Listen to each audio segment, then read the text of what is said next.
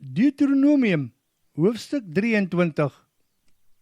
Iemand wat glad nie aan die Here se vergadering mag deelneem nie, is 'n man wat ontman is of wie se testikels vermink is.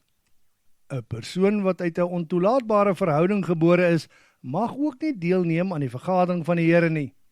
Tot in die 10de geslag mag hulle nie deelneem aan die vergadering van die Here nie.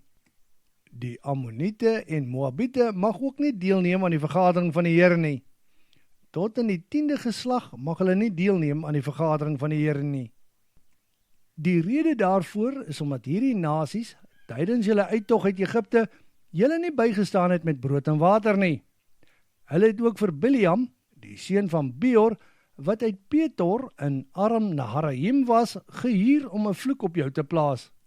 Die Here jou God het egter nie na Biliam geluister nie en het die vloek in 'n seën verander, want die Here jou God het jou baie lief, vir ewig. Solank as wat jy leef, mag jy nooit hulle vrede of geluk toewens nie. Die Edomiete is jou broers, daarom mag jy hulle nie verag nie. Jy was 'n vreemdeling in die land van die Egiptenare, daarom mag jy hulle ook nie verag nie. 'n Persoon wat van hulle afstam in die 3de geslag, mag wel deelneem aan die vergadering van die Here. Jy moet wegbly van enigiets wat onrein is wanneer jy uittrek om oorlog te maak teen jou vyande. Wanneer daar iets in die nag gebeur wat 'n man onrein maak, moet hy die kamp verlaat. Hy mag glad nie in die kamp kom nie. Teen die aand, met sonsondergang, moet hy 'n bad neem en mag hy weer in die kamp kom. Buite jou kamp moet daar 'n plek wees wat as toilet gebruik word. Elke man moet 'n grafie hê as deel van sy uitrusting.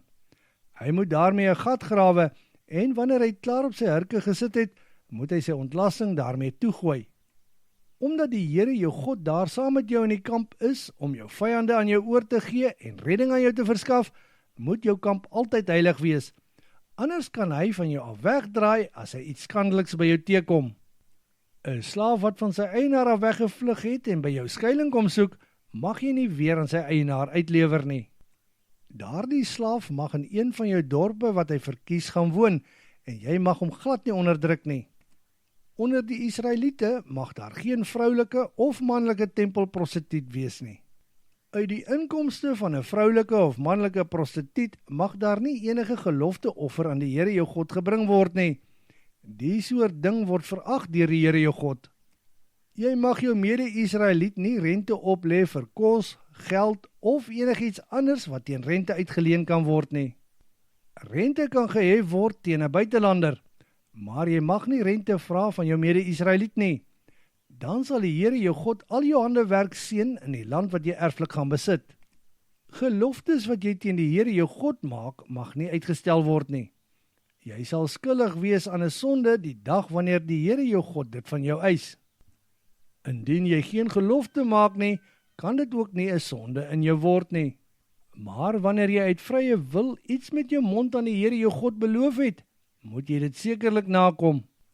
Jy mag druiwe in jou naaste se wingerd eet en jouself versadig wanneer jy daardeur loop, maar jy mag glad nie van dit pluk en in 'n sak sit nie. En wanneer jy deur sy koringland loop, mag jy are pluk met jou hand, maar jy mag niks met 'n sekel afsny nie.